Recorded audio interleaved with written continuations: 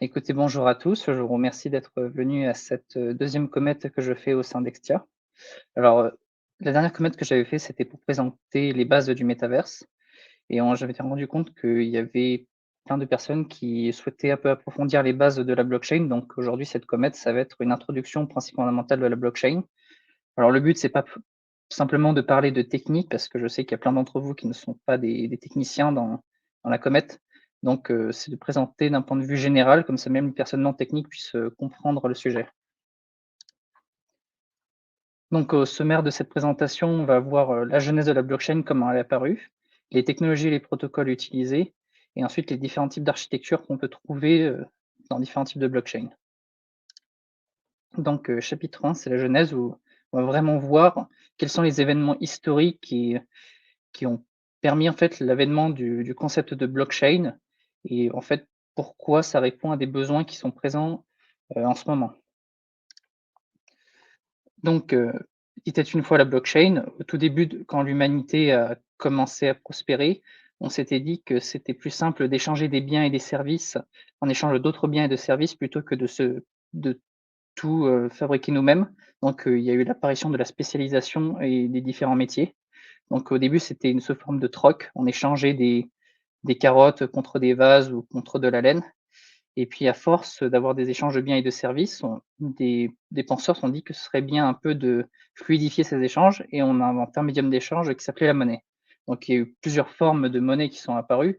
Il y a eu, des coquillages, il y a eu du sel dans l'Empire romain et il y a eu des pierres précieuses et une des plus connues qui était l'or, parce que c'est un matériau qui était assez rare et qui permettait en fait de répondre aux 3 besoins fondamentaux d'une monnaie, qui est d'être un médium d'échange, un stockage de valeur pour pouvoir accumuler, de la valeur, ensuite le dépenser plus tard, dans le temps et aussi d'être une unité de mesure pour mesurer la quantité de valeur qui est produite. Et ensuite, ce système a évolué. Au lieu de simplement d'échanger des métaux précieux qui étaient lents à échanger, on est apparu au système des monnaies fiat. Ça veut dire qu'au lieu d'échanger directement, heu, une ressource qui a de la valeur, comme de l'or ou de l'argent, on s'était dit: «On va échanger un bien, un bon qui représente une valeur potentielle quelque part stockée». Donc, c'est apparu avec, JP Morgan qui avait créé, des bons, de son trésor dans ses banques. C'est-à-dire qu'au lieu de se balader avec l'or, on peut avoir un ticket qui dit qu'on a, une réserve d'or dans un compte en banque et ensuite ces tickets ont commencé à être échangés à la place de l'or en lui-même. Donc c'est là vraiment qu'il y a eu l'apparition des monnaies fiat et en fait, cette évolution d'échange de valeurs directes, avec des monnaies fiat, c'est là que les vrais problèmes ont commencé au niveau de la crise de confiance de la monnaie. Donc, après la Seconde Guerre mondiale, il y a les États-Unis étant vainqueurs de cette, grande guerre, qui sont imposés comme, les leaders au niveau de la monnaie et ont imposé avec les accords de Bretton Woods, la création d'une monnaie commune au monde, qu'on appelle aussi la monnaie de réserve mondiale. Donc le dollar est devenu la monnaie de réserve mondiale et a permis en fait d'avoir un standard pour les échanges internationaux. C'est-à-dire que les États-nations, au lieu d'échanger avec chacune de leurs monnaies respectives, ils prennent en commun le dollar. Sauf que, heu, la confiance dans le dollar était de courte durée. En 1971, Nixon est sorti du standard or parce que le dollar à la base était basé sur l'or et toutes ces monnaies ensuite étaient indexées sur le dollar. Sauf que Nixon étant sorti du standard or, cette confiance a été brisée, c'est-à-dire que le dollar n'était plus couplé à une valeur stable au cours du temps. Donc c'est là qu'on a vu apparaître les premières vagues d'inflation à partir de 1971 et cette, crise de confiance est vraiment arrivée avec son paroxysme en 2007 quand vraiment il y a eu un échec de confiance dans toutes les institutions et notamment avec la chute de Lehman Brothers. Donc en fait, c'est pas seulement une crise de confiance de la monnaie, mais dans tout un système financier qui existait. Donc ensuite est apparu le concept de monnaie numérique. Donc la première monnaie numérique, en production qui a tenu le coup, c'était Bitcoin. Alors, il y a déjà eu d'autres monnaies numériques qui sont apparues dans Bitcoin. Puis il y avait eu des tests, mais chaque monnaie avait échoué. Mais c'est vraiment en 2008 qu'il y a une monnaie numérique, 100 numérique, qui n'est pas basée sur des assets du vrai monde, qui, le test a été lancé et vraiment ça a tenu le coup. Donc, c'était un geek du nom de Satoshi Nakamoto qui a publié un white paper qui s'appelait, Bitcoin, Electronic Peer-to-Peer Cash System, c'est-à-dire un système de paiement électronique de pair à pair. Le but était de faire un système de paiement électronique qui était décentralisé, où il n'y avait pas d'institution centralisée pour contrôler cette monnaie. Comme ça, on pourrait éviter de répliquer la crise de confiance qu'on avait eue dans une seule et même entité. Donc, si vous voulez, vous pouvez consulter le white paper qui est disponible en open source et c'est en 2009 que vraiment l'implémentation s'est faite. C'est là qu'il y a eu le premier bloc qui a été miné. Donc, quand on parle de Bitcoin, il y a souvent, 2 mots-clés qui reviennent. Il y a le mot-clé blockchain et distributed ledger technology. On a souvent tendance à confondre l'un et l'autre et faire des abus de langage. C'est pas super grave parce que tout le monde dans cette industrie de la blockchain fait cet abus de langage, mais quand on parle d'un point de vue technique, c'est bien de différencier les 2.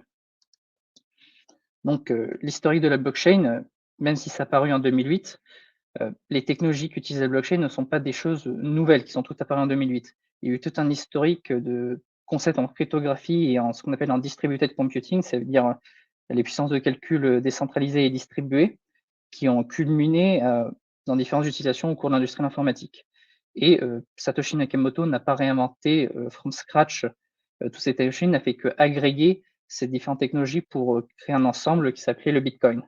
Donc, dans ces éléments, il y a ce qu'on appelle les Merkle trees. C'est un exemple pour comment on stocke les données à l'intérieur d'une blockchain. Il y avait le proof of work, on entend beaucoup parler, et je vais vous présenter juste après. À la base, c'était un filtre mail anti-spam qui était utilisé dans les années 90. Et pareil, le principe de hachage et de signature numérique existait bien avant la blockchain. Donc, le but, c'est pas que je vous présente toutes ces technologies, mais pour vous dire que en fait, Bitcoin n'utilise pas de la cryptographie ésotérique, c'est vraiment une agrégation de technologies que vous utilisez dans la vie de tous les jours. Quand vous vous connectez sur un site web avec HTTPS, vous utilisez ces technologies. Mais si on regarde une timeline un peu plus petite, donc qui commence au premier bloc de Bitcoin miné, il y a plusieurs événements qui sont arrivés parce qu'aujourd'hui, le Bitcoin qui existe en 2023 est radicalement différent de ce qui existait en 2009. Donc c'est en 2009 que le premier bloc a été miné. C'est Satoshi Nakamoto qui avait miné le premier bloc sur son ordinateur, c'est-à-dire que Bitcoin au début était très centralisé et petit à petit ça a commencé à décentraliser. On a vu des apparitions d'autres blocs de la blockchain sur différents ordinateurs pour arriver à ce que c'est aujourd'hui un réseau complètement décentralisé. Et c'est en 2010 que la première transaction Bitcoin a été faite. Alors, il y avait déjà eu des transactions avant, mais cette première transaction a été faite en échange de valeur. C'est-à-dire que le premier achat avec des bitcoins a été fait pour acheter une pizza. Je sais plus, je crois que c'est plusieurs centaines de millions de dollars en équivalent aujourd'hui de bitcoin qui ont été échangés pour une pizza. On a tendance à ridiculiser cet acheteur, mais non, en fait, cet acheteur est celui qui a initié le concept de monnaie numérique en utilisant ces bitcoins pour acheter une vraie valeur dans le vrai monde. Donc ensuite, en 2015, il y a eu l'apparition d'une deuxième blockchain. Alors, il y avait d'autres blockchains avant l'apparition de celle de Ethereum, mais celle-là avait une particularité intéressante, c'est qu'il y a eu l'apparition des smart contracts. C'est-à-dire que, au lieu d'avoir simplement une blockchain qui est figée dans ce qu'on pouvait faire, on pouvait programmer la blockchain à la base de code. Comme vous faites un petit programme en Python, là, vous pouvez décider de donner des comportements custom à la blockchain. Ensuite, en 2018, c'est là qu'on a eu la première apparition de Bitcoin qui a affronté en fait le vrai monde. C'est-à-dire que Wall Street, qui voyait commencer un concurrent à son système financier, a tenté d'attaquer Bitcoin et en fait ont échoué totalement sur essayer de capturer ou de faire effondrer le réseau. Donc ça a montré la résilience que Bitcoin pouvait faire concurrence à des institutions parce que toutes les monnaies dans le vrai monde se font des guerres les unes avec les autres. Et là, Bitcoin a gagné sa première guerre. Donc là, c'était une guerre contre euh, un réseau privé d'entreprises. Puis ensuite, on a eu le premier, ce qu'on appelle le bull market. C'est là où le Bitcoin et le reste des crypto-monnaies a vraiment commencé à s'imposer dans le vrai monde. C'est là que des institutions ont commencé à les adopter. On a vu toutes les news courant fin 2021 où il y a eu le boom des NFT, des différents tokens ou des projets de jeux vidéo sur la blockchain. Et présentement, là, aujourd'hui, on est à un stade où c'est plus des institutions financières qui attaquent Bitcoin parce que celles-là ont déjà échoué. Maintenant, c'est les États-nations et les différents empires de la planète qui essayent de tous s'allier pour attaquer les crypto-monnaies, en particulier Bitcoin. Donc, on verra comment cette bataille se termine. Moi, je suis plutôt optimiste sur ça, mais à voir comment est le dénouement de cette bataille. Donc voilà, c'était un peu pour la genèse de l'apparition de ces crypto-monnaies et en particulier de Bitcoin. Mais en fait, il n'y a pas que de Bitcoin, il y a plein d'autres technologies dans le monde de la blockchain et là, je vais vous présenter un peu dans les détails. Donc, je vous ai dit tout à l'heure qu'il y a 2 concepts fondamentaux qui reviennent beaucoup quand on parle de crypto-monnaie, de blockchain et tout ça. Il y a le terme blockchain et DLT, ce qu'on appelle distributed ledger technology. Alors, pour comprendre la différence fondamentale entre les deux, c'est qu'une blockchain, c'est simplement un registre centralisé où on stocke des données. C'est-à-dire qu'une blockchain n'est pas forcément décentralisée. Je vais vous donner un exemple, si vous allez sur, Amazon Web Services, c'est Amazon qui fournit des services, d'informatique sur le web. Il permet des systèmes de blockchain centralisés. C'est-à-dire, c'est comme une base de données, qui est un peu plus sécurisée que la normale parce que les éléments sont, chaînés cryptographiquement. Je vais vous montrer dans la slide suivante comment ça marche. Alors que c'est pas forcément décentralisé. Et un distributeur Ledger Technologies n'a pas forcément de blockchain à l'intérieur. Je vais vous donner un exemple. En France, on a EDF qui a un ledger distribué pour stocker différents événements qui se passent au sein de son système d'information, mais il n'y a pas de blockchain à l'intérieur. C'est-à-dire qu'il faut avoir des systèmes distribués et qui se synchronisent, on n'est pas obligé de les chaîner cryptographiquement. Donc, dans l'industrie de la blockchain, on a tendance à faire cet abus de langage et même moi-même, je le fais quand je parle de blockchain, alors qu'on ne devrait pas le faire, mais bon, ça nous simplifie la vie. Donc, voilà, c'est pas pour, vous dire que vous devez, harceler tout le monde pour, dire, qu'ils font cet abus de langage, mais c'est pour vous expliquer quand vous lisez un peu de la littérature scientifique sur ce sujet, vous faites bien la différence entre les 2. Donc, quand on parle de blockchain, en fait, le terme, plus précis, c'est, blockchain ledger, hein. Ledger, ça veut dire registre en anglais. Donc là, c'est un registre avec, des éléments qui sont chaînés les uns avec les autres. Ça veut dire qu'à chaque bloc dans une blockchain, on a un ensemble de transactions qui sont enregistrées et toutes les 10 minutes, un nouveau bloc est créé sur Bitcoin, par exemple. Et ensuite, ces différents blocs sont chaînés les uns les autres avec des outils de cryptographie qu'on utilise de partout dans la vie de tous les jours. Et c'est ça qui permet en fait d'apporter cette sécurité. C'est qu'on sait que les transactions au cours du temps ne vont pas être falsifiées parce que la cryptographie en fait protège l'historique des transactions. Donc, c'est pas pour vous montrer en détail ce schéma, mais vous voyez que ça utilise des principes où les éléments sont liés au cours du temps les uns avec les autres. Donc ensuite, le principe de distributeur Ledger Technology, c'est-à-dire que c'est un registre qui n'est pas forcément une blockchain, mais au lieu d'avoir un simple élément centralisé, comme vous voyez sur la fiche à gauche, on peut avoir une décentralisation. Alors, décentralisation ne veut pas dire distribuer. Décentralisation, c'est-à-dire que certains nœuds du réseau possèdent une copie complète du registre. Alors que distribuer, ça veut dire qu'on impose que 100% du réseau ait une copie complète. Donc, quand on parle de distributed ledger technology, on parle vraiment de 100% des nœuds du réseau qui ont cette copie. Mais ça dépend des fois des blockchains, ils utilisent le terme distributed ledger technology alors que pas 100% des nœuds possèdent l'entièreté de l'historique des transactions. Donc, si vous lisez de la littérature scientifique sur les blockchains dans ce qu'on appelle les white papers ou les yellow papers, faites bien attention s'ils parlent de décentraliser ou de distribuer. Donc, ensuite, on parle souvent d'algorithmes de consensus, en fait, pour coordonner ces nœuds. Donc, certains se coordonnent avec différents algorithmes de consensus. Il y en a 2 les plus connus qu'on appelle Proof of Work et Proof of Stake, mais il n'existe pas que ces 2-là, il y en a plein d'autres, il y a PBFT qui veut dire Practical Byzantine Fault Tolerance, il y a Proof of Authority. Je ne vais pas tous vous les lister parce qu'il y en a vraiment beaucoup et chaque, algorithme de consensus a ses avantages et ses inconvénients suivant les situations, mais je vais vous en présenter les 2 plus populaires. Déjà, le premier c'est Proof of Work. Pourquoi? Parce que la plus grande des blockchains qui est Bitcoin, aujourd'hui utilise le Proof of Work et aussi c'était le premier à être apparu. C'est-à-dire que même pas Bitcoin, avant toutes les premières blockchains utilisaient cet algorithme de consensus. Donc il était apparu pour, à la base protéger les serveurs mail pour éviter en fait les spams. Donc, comment ça marche en fait cet algorithme de consensus? C'est qu'on demande ce qu'on appelle une preuve de travail. Si on traduit Proof of Work, ça veut dire qu'on va demander une puissance de calcul à un ordinateur de dépenser de l'énergie pour pouvoir écrire sur le réseau, écrire dans le registre. Donc, ça permet d'éviter, des abus sur le réseau. Si un attaqueur veut inonder le réseau de fausses transactions ou de transactions qui vont venir, embêter le réseau, et ben, il va devoir dépenser une quantité astronomique d'énergie. S'il doit dépenser par exemple, quelques kilowatts ou même des microwatts pour envoyer un mail, multiplier ça par des centaines de millions de mails, on voit tout de suite que l'énergie s'accumule.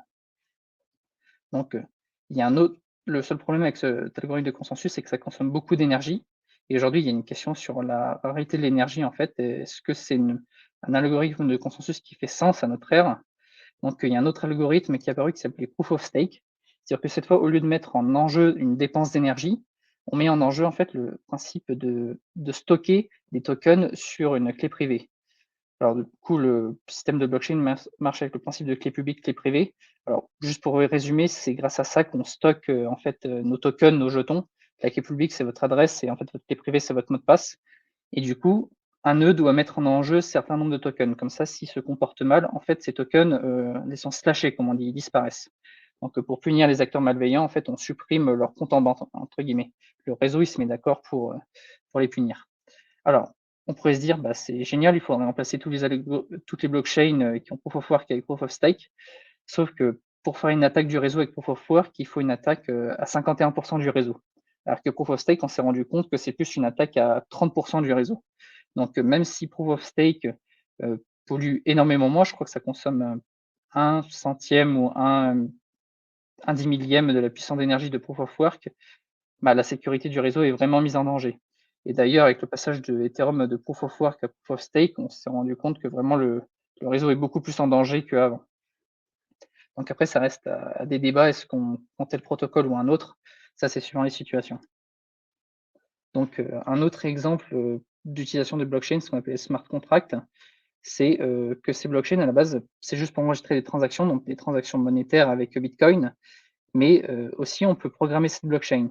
Ça veut dire qu'on peut décider de créer des comportements personnalisés pour certaines transactions. Donc, c'est comme vous écrivez votre code Python pour personnaliser un peu le comportement de votre serveur web. Mais avec les smart contracts, en fait, on peut personnaliser le comportement de la blockchain. Donc, avec ces smart contracts, on a vu l'apparition de Decentralized Autonomous Organization, d'algorithmes de finance décentralisés et des NFT aussi sont basés sur les smart contracts.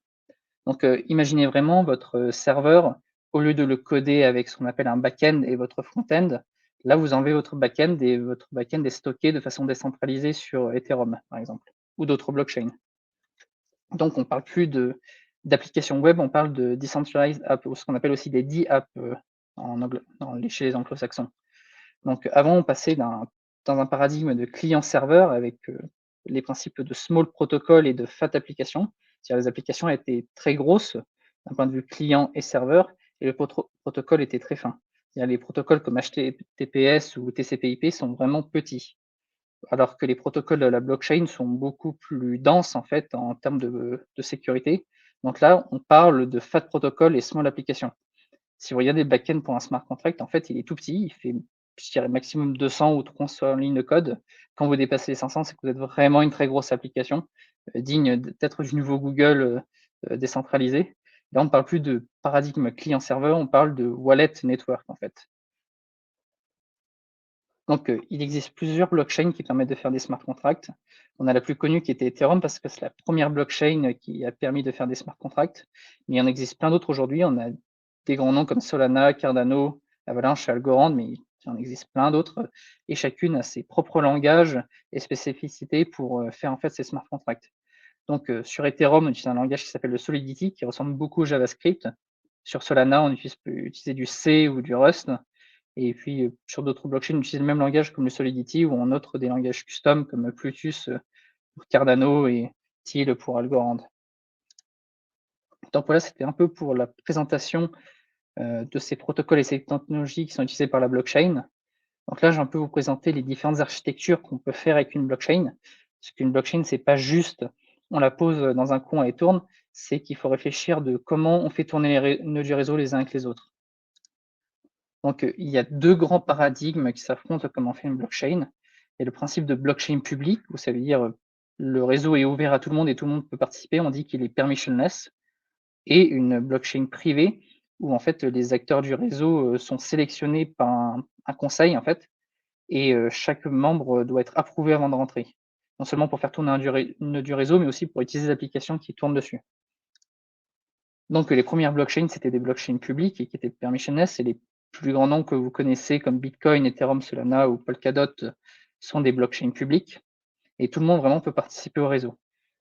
Et vu que la blockchain est publique et assez décentralisée, un avantage, qu'il y a une très grande sécurité au niveau de ces blockchains. On sait qu'elles sont fiables, elles sont ouvertes et surtout elles sont transparentes. C'est-à-dire on connaît l'historique et on peut l'auditer assez facilement. Le problème des blockchains publiques, c'est qu'en fait, elles sont très lentes. Malgré la rapidité qu'on a réussi à développer en 10 ans, 15 ans l'existence de ces blockchains, c'est toujours très lent comparé à des serveurs web classiques. Et en plus que c'est lent, c'est très onéreux de faire exécuter ces smart contracts ou même de simplement envoyer des transactions. Donc, il y a eu l'apparition des blockchains privées et c'était IBM qui, en 2015, a décidé de lancer le développement de sa propre blockchain privée et la release en public de cette blockchain privée qui a été nommée Hyperledger et s'est faite en 2017 et là, la première blockchain est apparue. Donc, c'est une blockchain privée qui permettait de créer son propre réseau décentralisé, mais qui était permissionné, donc on dit permissioned en anglais. Et c'est le principe qu'un groupe d'entreprises pourrait avoir son propre réseau, enfin avec différents acteurs, sans pour autant être ouvert au public. On peut imaginer en fait un consortium d'entreprises entre différents acteurs du web, par exemple, un consortium entre Google, Facebook, Amazon et Netflix, pour avoir un échange d'informations entre ces géants. Alors du coup, la vitesse et l'évolutivité, elle est beaucoup plus grande comparée à une blockchain publique, sauf que la sécurité, elle est bien amoindrie parce qu'on dit qu'elle est trustful, c'est-à-dire qu'il y a un acteur centralisé de confiance. Alors le réseau est plus ou moins distribué comparé à un simple serveur web, mais ça reste quand même plus ou moins centralisé avec une centaine de nœuds comparé à plusieurs dizaines de milliers de nœuds sur une blockchain publique. Donc la sécurité est moindre parce qu'on peut plus facilement en fait corrompre ce réseau et une centralisation amène que s'il y a une catastrophe, les nœuds peuvent tous tomber, plus facilement. Donc, IBM avait créé le framework Hyperledger, mais il y a plusieurs déclinaisons. Aujourd'hui, celle qui est toujours maintenue par IBM et ensuite sous la Linux Foundation, c'est Hyperledger Fabric. Donc c'est celle que vous allez rencontrer le plus si vous cherchez les blockchains privées. Il y a une autre déclinaison qui est Hiroi, qui est une blockchain très utilisée au Japon par des consortiums bancaires japonais. Il y a Sotuflay qui a été fait par Intel et R3 Corda qui est par des consortiums bancaires américains et européens. Donc les plus connus que vous allez trouver en tant qu'Européens et occidentaux, ça va être Fabric et R3 Corda. Mais vous n'êtes pas obligé d'utiliser le framework Hyperledger ou un autre framework de blockchain privé pour faire votre blockchain privée. Vous utilisez une blockchain publique parce que le code est open source et faire votre blockchain privée avec ça. Par exemple, il y a ce qu'on appelle l'Enterprise Ethereum Alliance qui permet de prendre le code source de Ethereum et faire une blockchain privée avec ça. D'ailleurs, aujourd'hui, tous les étudiants qui font un peu de la blockchain dans les écoles d'ingénieurs, ils font des réseaux privés de blockchain au sein de leur école. Ils mettent sur un réseau privé avec différents ordinateurs un nœud de la blockchain Ethereum. Et puis, avec le framework Go Ethereum, ils lancent en fait leur réseau privé. Donc, ça a décidé est-ce qu'on veut prendre Hyperledger Fabric ou Ethereum. Ethereum, on est limité à des smart contracts. Hyperledger Fabric, on peut lancer par exemple des containers Docker pour faire ces smart contracts. Donc, c'est à voir le pour et le contre.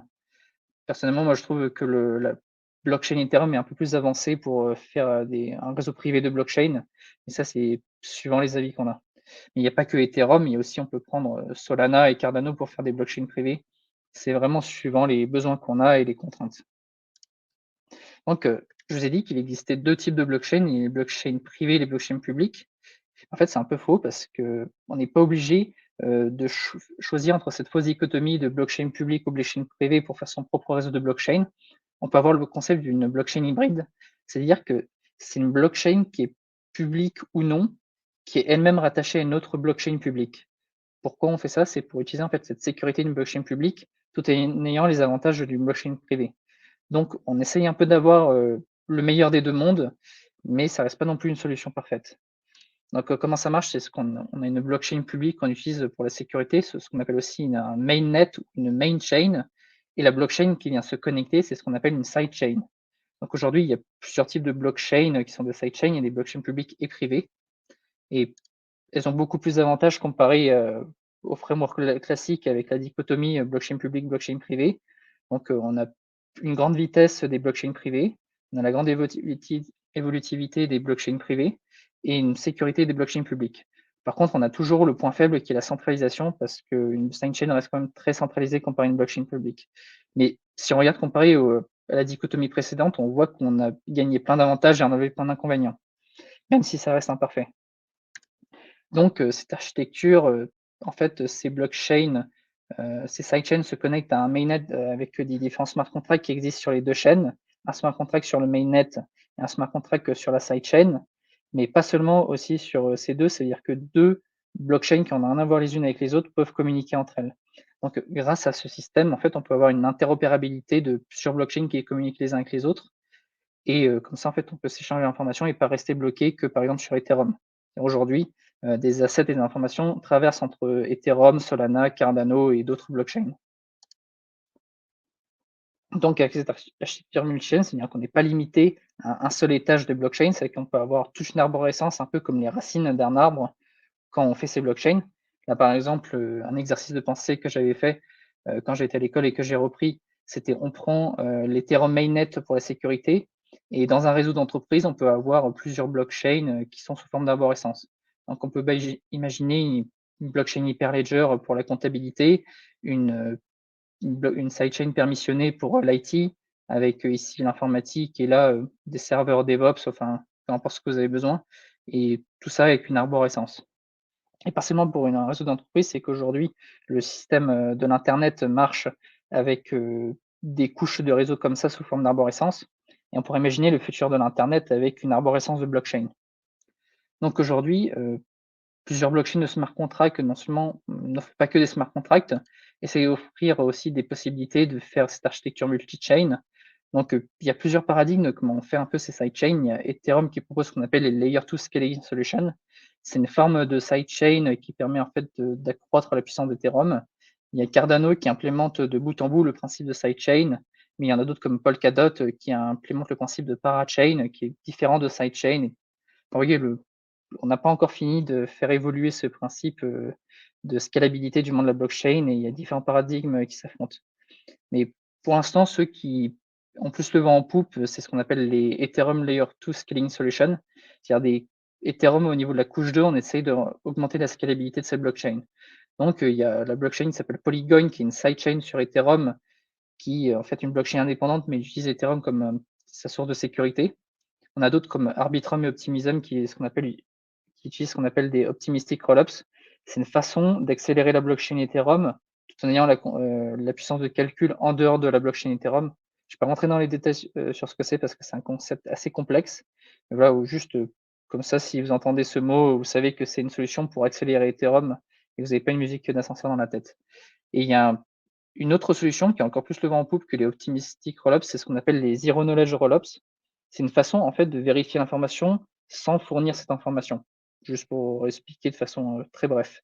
Et avec ça, en fait, on peut augmenter la vitesse de Ethereum et avoir une plus grande scalabilité. Bon, là, je vous ai montré un peu ce principe de sidechain, c'était pour augmenter en fait la vitesse des blockchains, parce que les blockchains publiques, c'est très lent et on voudrait bien avoir la même vitesse qu'une blockchain privée sans avoir les inconvénients.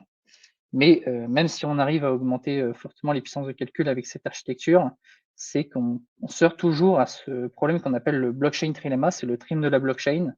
Ça veut dire que peu importe où on se situe sur ce triangle, on arrivera à satisfaire toujours que 2 des besoins d'une blockchain. C'est-à-dire qu'aujourd'hui, les blockchains publiques arrivent à satisfaire la décentralisation et la sécurité. Certaines autres blockchains publiques ont décidé de sacrifier la décentralisation et d'avoir la scalabilité et la sécurité. Donc, c'est ce qu'on appelle un trade-off. On essaye de faire la part des choses, de choisir les éléments qui nous portent cher. Bitcoin a choisi la décentralisation et la sécurité. Comme ça, en fait, il n'y a pas d'attaqueur qui permet en fait de faire tomber le réseau. D'autres blockchains comme Solana ont choisi la scalabilité et la sécurité. Les autres, la blockchain est extrêmement centralisée et vulnérable à des attaques d'États-nations ou même de Wall Street, tout simplement. Donc voilà, il y a des débats qui se font sur comment on augmente la scalabilité d'une blockchain sans sacrifier la décentralisation et la sécurité. Et du coup, les ingénieurs blockchain aujourd'hui se penchent là-dessus. Donc voilà, c'était tout pour la présentation un peu des différents protocoles et architectures de la blockchain. Donc, si on peut résumer ce qu'on a vu aujourd'hui dans cette comète, on a vu la différence entre un ledger de blockchain et le principe de distributed ledger technology. C'est des deux concepts en fait qu'on a souvent tendance d'interchanger l'un avec l'autre, même si les deux sont des éléments différents. Mais même moi, je fais cet abus de langage, c'est pas grave, on le fait tout le monde dans les conférences, dans les forums ou même sur les documentations. Et aussi, on a vu le principe de smart contract, ça veut dire que la blockchain, c'est seulement un registre qui enregistre des transactions, c'est-à-dire qu'on peut la programmer, on fait des petits codes qui ressemblent à du Python ou du JavaScript pour donner des comportements personnalisés à la blockchain. Et aujourd'hui, c'est ça que les applications décentralisées se font, c'est avec les smart contracts. On a vu les différents protocoles, c'est-à-dire les algorithmes de consensus, comment les différents nœuds du réseau se mettent d'accord. Il y en a les deux majeurs, c'est Proof of Work et Proof of Stake. Chacun son avantage et son inconvénient. Et au niveau de l'architecture, on a vu qu'il existe les blockchains publiques, les blockchains privées et aussi les blockchains hybrides, avec les sidechains et d'autres types de blockchains hybrides. Donc voilà, c'était tout pour moi.